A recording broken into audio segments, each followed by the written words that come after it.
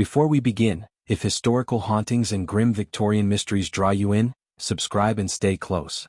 I restore what time forgets, and sometimes, it looks back. I take the plate from its folded paper cradle the way you lift a sleeping infant you don't want to wake.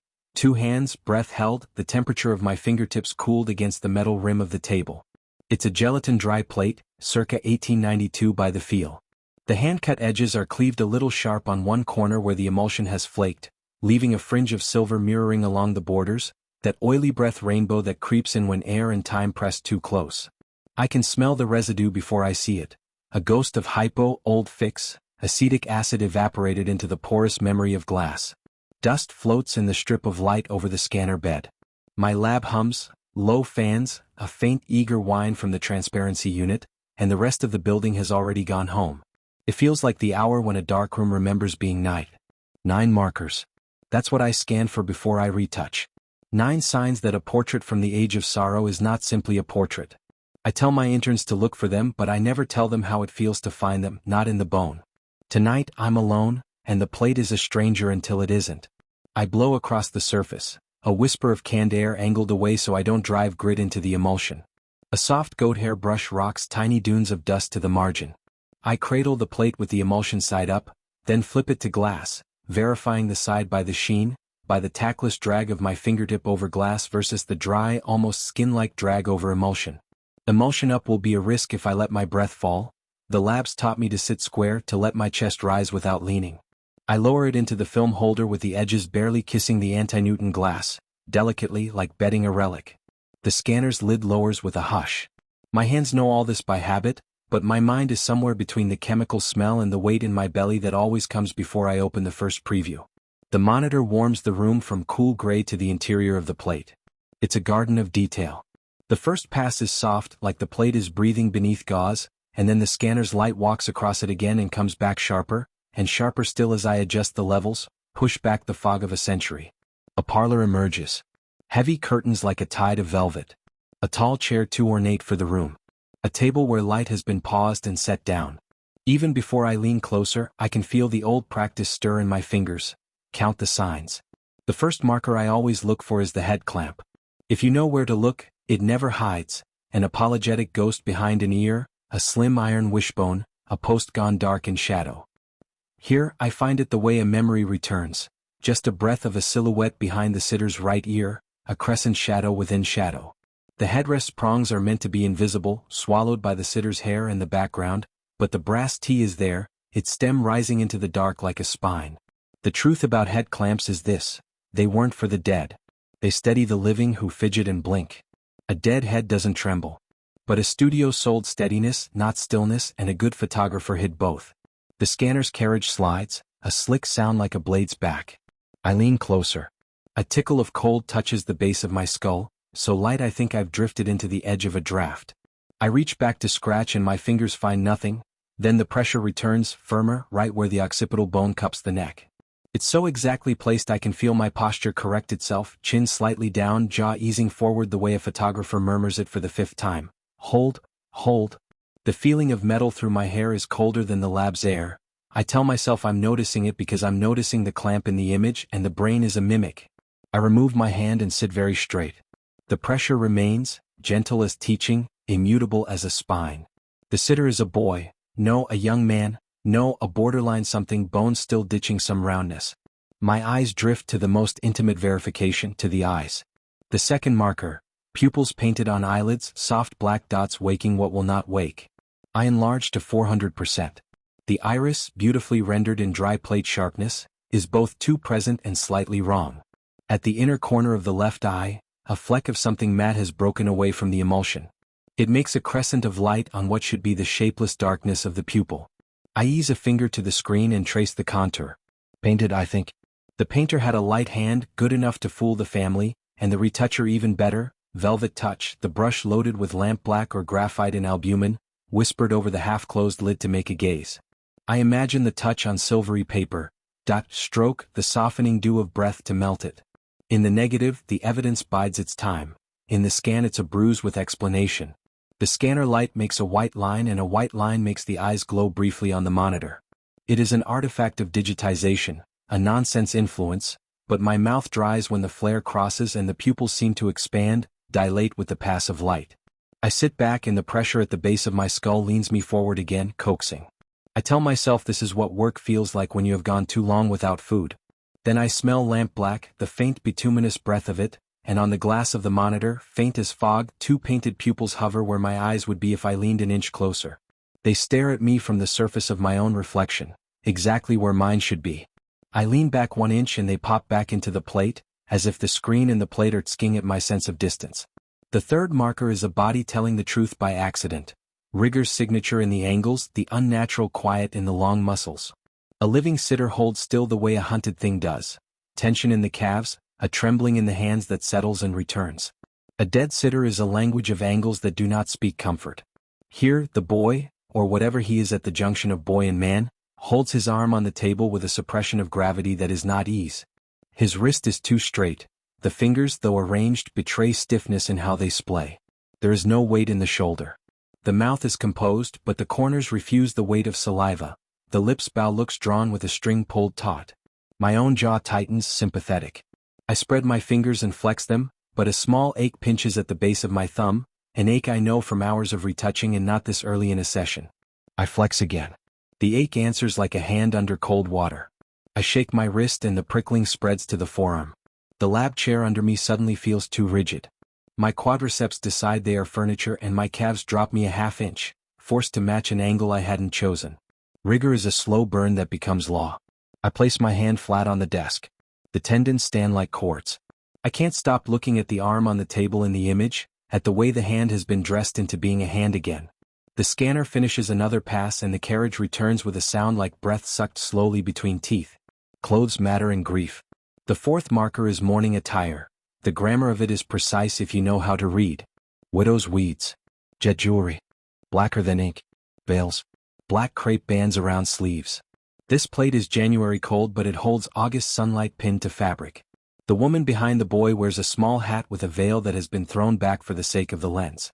Her earrings are beads of Whitby jet, slyly lightweight for how death-heavy they look, and you can almost hear them click against the jaw when she moves. There is a brooch at her throat with something more matte and fibrous within the oval, hairwork, spun fine, plaited from the dead's hair into a flower. The boy's necktie is a narrow black band. A ribbon is wound around the left arm of the man to the right, a black band that would have told anyone in the street from a glance, of a loss that would not be spoken with voice. The lab fills with the sound of beads clicking. It is faint but unmistakable, glass touching glass in a growing, trembling chord. I glance down and the anti-static brush has pitched a small tail of black dust across my wrist. I shake it off and each fleck is a bead. No, not beads but the idea of beads given weight. They roll towards the edge of the desk and I cup them and they are not there, and yet the sound continues, a whispery contact, the tap-tap of jet against jet, the way a rosary keeps you honest. Something thin as smoke tickles my cheek. I lift a hand and my fingers snag a net of something. The veil is not on me because veils do not move across rooms, but my skin insists, and when I lower my hand my fingertips shine with something like cold dust and something like the slick of a teardrop gone to varnish. The screen now carries a soft reflection of my face pulled gauze thin by the glass of the court of memory. I rub my fingertips together until the slickness warms into nothing. The fifth marker is a wreath around absence, morning flowers and their coated props. Lilies that mistake themselves for the smell of heaven. Immortelles made from porcelain and wire, unperishing bouquets that refuse to rot because their love must refuse too. The boy has a spray of white lilies laid across his lap, tilted carefully so the stamens point out and won't stain the fabric. It's a photographer's detail, practical and tender. A small shepherd's psalter rests on the table by his hand, worn at the edges, the cross-stitched ribbon marker peeking. On the floor, almost out of frame, something with a wheel leans into shadow. A toy? The scanner light warms it inch by inch until it confesses. A tin horse with a hand-painted eye, the paint worn to a heart-shaped chip by a child's thumb. The immortelles sit on the mantel, their petals a stiffness the lens loves, their wire stems a trellis in deliberate imitation of time's refusal. The lab's chemical smell admits another guest. The lilies arrive before I see them. They armor the back of my throat with sweetness. Anyone who's prepared a body knows it. The way lilies are deployed like perfume ore to cover the metallic truth. I swallow and taste pollen and copper. On the far side of the room where no flowers have been for years, a breath of something white leans in my mind's periphery. The scanner carriage clacks softly at the end of its travel, and in the corner of my eye a page flips in a book that is not at my desk. I turn. The table is empty.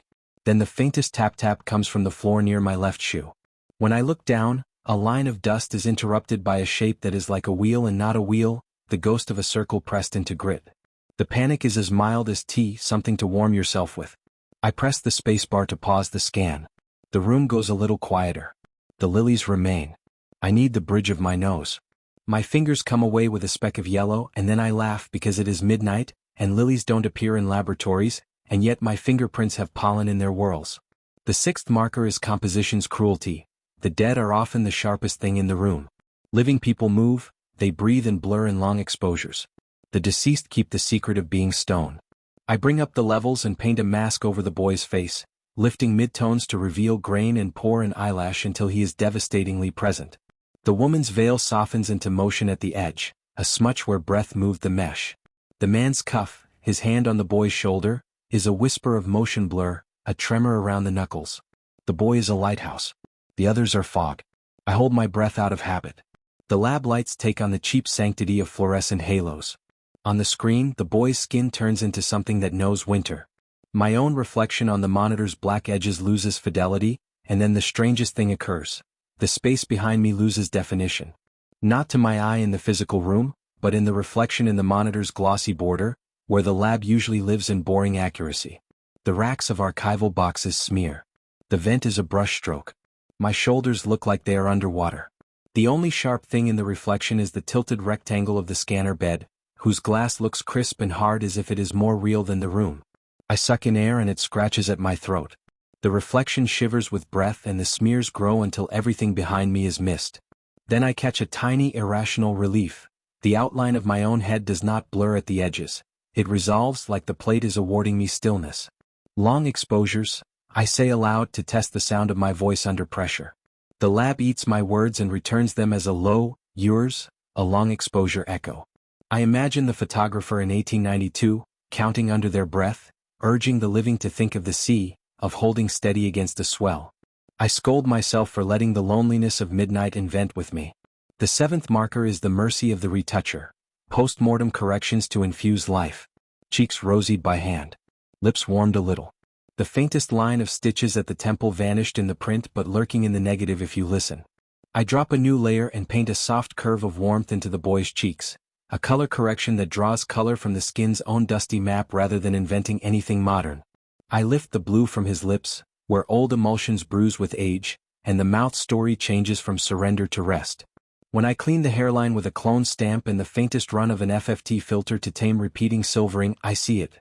A filament line tucked into the dark above the ear, a hair-thin seam that could be a scratch in the glass, but runs too true to be mere chance. I lean closer until the world is pixels. The line jogs. There is a knot that vanishes into darkness and emerges again. It is a single stitch, quick and respectful, the work of someone who believed in closure and grammar. My own skin prickles as if someone has parted hair at my temple. I rub there without meaning to and wince because a tender, narrow place under the rim of my skull lights up. When I draw my hand away, I smell spirit varnish faintly, the sweet, illogical ghost of it in my nails, and my lip tastes warm. I swipe my tongue along it and taste iron. The monitor flickers. No, the scanner carriage passes again and the light runs along the plate like a knife shaved down so thin it becomes pure light. And in that strobe I see my reflection's mouth carry a sewing thread slick with red between its teeth. I blink hard. Black screen. Back to the boy. My own mouth is empty, except where it feels gently held by the idea of stitches, politely refusing to yawn.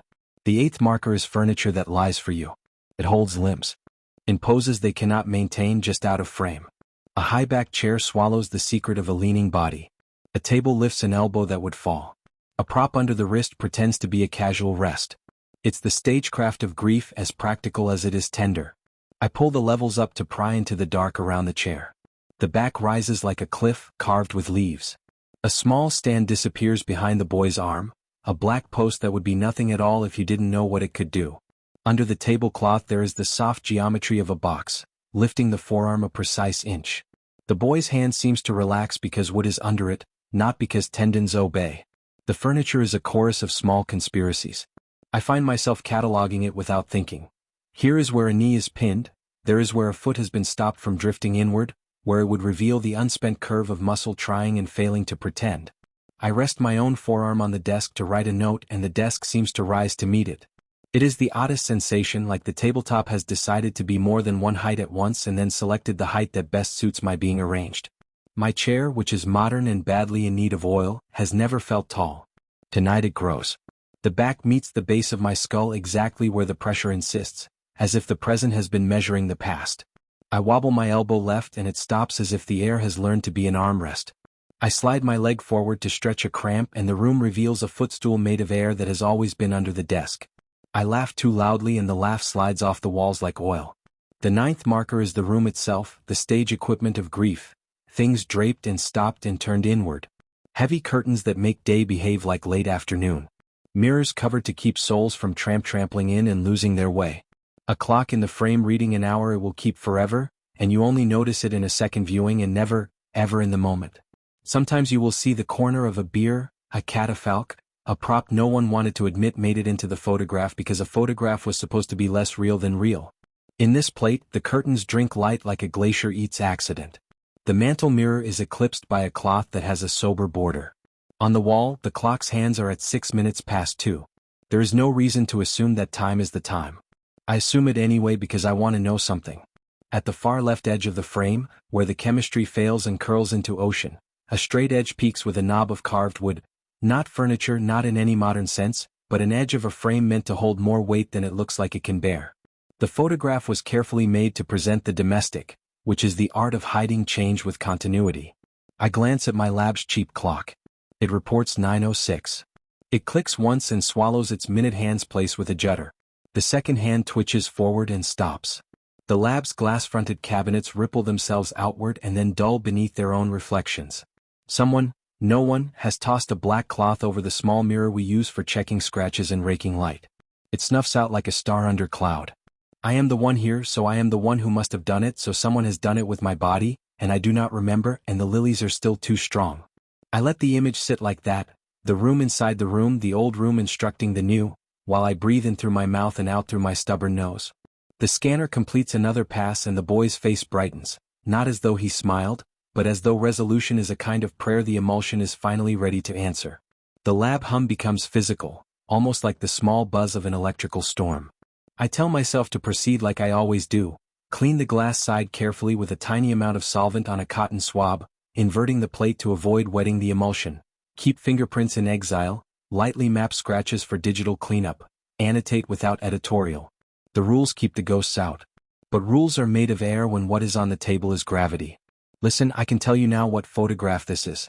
It is a mother and a father bracketing a boy, and the boy is dead and loved and made present to be parted from properly. I could stop here. I could put the plate back into its paper cradle and file it with others named and nameless and let it sleep. But that is not why I am here, and that is not how I was raised by glass and light. I was raised to finish what I begin, even if finishing completes a spell. There is something else. In the boy's lap, under the lilies, tucked like a private signal, there is a folded scrap of paper used as a spacer to keep bloom from bruise. That paper has writing. Under layers of exposure and emulsion I can make out 2 letters, then another, then a stroke that could be a J or a long S. I increase contrast gently. The small hand has written a name. The letters slur where the pen bit. The name is mine. Now I can pretend that this is a coincidence of 19th century handwriting, plentiful and generous in its loops, and that the world is full of people who share names. But the ink blot at the end of the name is exactly the way my pen fails on cold mornings. The flourish at the L is petty and explicit and mine, and the boy is not my face and is some other face that could be my cousin's cousin, if we had had cousins in this town. The lilies breathe like a sleeping thing catnapping. My chair will not allow me to stand. I tell you a thing I have never told anyone. When I retouch, I hear the old studios. When I lift a blemish, a sigh follows, not mine. When I lift a shadow, a window opens. When I warm a lip, something remembers the taste of broth. It is nothing. It is craft wearing its most flattering dress. Tonight those sounds bloat into footsteps. The floorboards of the old studio cross my lab in a neat, remembered pattern. My ceiling drops. The velvet curtains unspool themselves from storage in my spine and say, "We are here for a reason." "Hold," someone says in the next room very kindly, in the voice of a person who has said hold for a living and remains infinitely gentle about it. There we are. I raise the healing brush for a last pass at the silvering on the boy's jawline. The cursor hovers a fine hair's breadth above his skin. The scent of shellac in breath and wool and coal and something like arsenic's afterthought eddies. A shadow enters the scan like fog rolling in. It is only the carriage passing, and also it is the shadow of a grown man stepping to his camera. He is careful the way my hands are careful. He walks his fingers along the edge of focus. He takes the cap off the lens and the room inhales. It is not light that enters. It is time draining around a single point. Count, he says, and the mother counts and the father counts and I count because my breath is a plug in a drain and this is how we decide who is water and who is the bath. 1. The lilies find all the corners of the room. 2. The head clamp nibbles me until I place my skull exactly where it wants. 3. The painted pupils are wet again and then not. 4. The veil lifts and brushes my cheek. The beads continue their tiny, ceaseless prayer. 5. The tin horse opens an eye that is a fleck of chipped paint and refuses to be more. 6. The mirror under cloth is an unsky. 7. The clock is faithful in its disobedience. 8. The furniture breathes under me because it loves its work. 9. When exposure ends, the kind of silence that cameras manufacture settles. It is a silence shaped like the inside of a bell. Nothing rings. You hear the aftersound of what might have rung. The boy in the scan is exactly where he was, exactly how he was, except that the corners of his mouth know a secret. This is the moment I should save the file, mark the date, identify the 9 markers, send a note to the curator about conservative measures for a chipped corner, and go home. Instead I zoom in. Pixel by pixel, I tunnel into the pupil. At 600% the iris is a canyon of silver halide crystals. At 800% it becomes a field of salt. At 1200% it becomes storm and noise and nothing. There is no image inside the image. I pull back, rational and disgusted with my own sentimentality. At 200% something rests on the boy's lower lip. It is very small. It is a bristle, I tell myself, from a brush, and bristles do not last inside of plates for 133 years unless they do, and everything is possible if someone wanted the world to stay still. I reach for the digital clone to flick it away, and the bristle slides along the lip. My own mouth tastes rope. When I open it, my tongue meshes with threads. There is the distinct sensation of a knot sitting in the curve where my lower lip softens into my chin. My salivary glands flood, silly with the need to soak away a thread that is not there. I breathe through my nose. The lilies deepen. My eyes water. Something cold approves the tilt of my head at the very bottom of my skull. Hold, the voice says as patient as it is final. I do as I am asked because this is my job and my job is to keep others from being lost. I raise the next layer, a faint haze of color to drape over pallor, a cheating warmth history offers and I accept. As I paint, the boy's cheeks take it differently, the way dry earth drinks and leaks it back is dark. The monitor's glare puts a slick on the eyes. The family behind him, blurred by breath in the moment of exposure, begin to firm out of fog at the edges. For the first time since I began, their faces mean a thing I can name, not sorrow but relief. My lab's air compresses into a lens and the room within me comes into collimation. The boy's face flickers, like a fish underwater turning its scale to show a pearl, and for the blink breadth of a second, my own face is under those lilies. It is a bad likeness of me not because the plate is poor but because time uses poor tools when it has to. My mouth is mine, if mine was adjusted by hands that had made mouths out of wax for decades.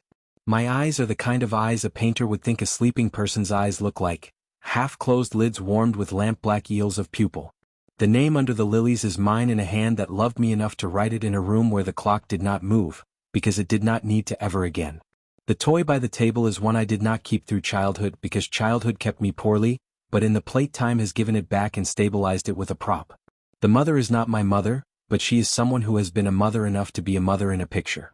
The father's hand on my shoulder is the kind of weight that says stay, not be still. Stay is the command the dead obeys, the living cannot, and the living try. Hold, says the man at the camera, but he can stop saying it now because the ultimate holding is being asked and being willing. I understand what this is. The boy does not remember me. The boy is not me. The plate is showing me where I go, and it is getting it wrong the way plates get it wrong when the emulsion is too thin in the corner and opens up a breathing hole to whatever is under the dark. I do not stand. The chair does not permit it. The furniture has promoted me to furniture. The headrest, whoever has placed it, loves my skull. The mirror under cloth is a kindness against confusion. The lilies are here to make you think you are at a wedding where the groom is enough like you to dance with. The clock agrees that it is 9:06 and it always will be. The anti-Newton glass above the plate shows me a reflection of my own eyes painted with the talent of someone who believed they could paint life and make life stay a few minutes longer to be seen. If you are waiting for a bang, for a lamp to swing or the scanner to go up in a little noble electrical smoke, I'm sorry. This is not a stain and a scream. This is a retouch. I remove dust. I heal cracks. I mend lips. I make cheeks well. I push blur into sharpness like kneading. I work and the room works back. I could leave the 9th marker where I found it, but the room will not let me anymore. The corner of the beer at the very edge of the frame has been asking me what to do. If I crop it, the picture becomes something else. If I leave it, it is confession and accuracy. I am a servant of accuracy. I am in the habit of confession. I pull the crop back a sliver. The knob of carved wood shows fully. It is beautiful. It anchors the scene in the truth of what supported the boy. In my lab, the space between the table and the shelves yawns gently and arrives at a platform that should not be there, made out of the sloped argument of shadow and air. It is carved with leaves that are not leaves. It exerts no pressure on the floor, and yet the floor is sagging under it the way a page sags under an old letter. I hear a cough in the next room, someone clearing their throat before telling you where to tilt your chin. The painted pupils on my reflection's eyes blink once, the way something with paint for eyes blinks in a room that has learned how to look. People talk about inevitability like it is a thing that runs down from a mountain to drown you. This is smaller. This is as small as the pressure at the base of your skull telling you it knows where your head belongs. This is as small as a clock making a click and remembering that it is a promise, not a mechanism. This is as small as the wet sheen you paint on someone else's lip and the taste of thread in your own. The room asks for one more pass. The scanner will do it. I lower my finger to the spacebar. My fingertip hesitates an inch above it, then drops. The light runs from top to bottom. The plate receives it. The carriage reverses. Again. And again, but each pass eats something from the present. The humming takes on an old cadence, like a belt-driven motor half asleep. The monitor's gamma slips into sepia before I drag it back, but sepia is inside the fight regardless. The more I clean the boy, the less I can see the lab. The heavy curtains have no dust outside of storybooks, and yet I sneeze into them. The draped mirror reflects drape perfectly. The jet earrings click to a stop like beads settling in a dish, having dialed up the exact silence necessary. A small cat that I do not own leaps onto a chair in the corner of the plate and curls, smoothing down the hair that has fallen out of the mother's chignon, but cats do not appear in photographs unless they do. The toy with the wheel leans closer and does not rattle because sound is a cheap trick of the living and the dead cannot afford cheap tricks, only good ones. Sometimes the past asks the present for a small loan. Just a breath. Just a thread. Just a name. I have given them all and been properly thanked by an image that no one will ever know I entered. If I am lucky, this will go to the archive with the notes and numbers, and someone else will catalog it and someone else will publish it and a child will see it in a book and press their hand.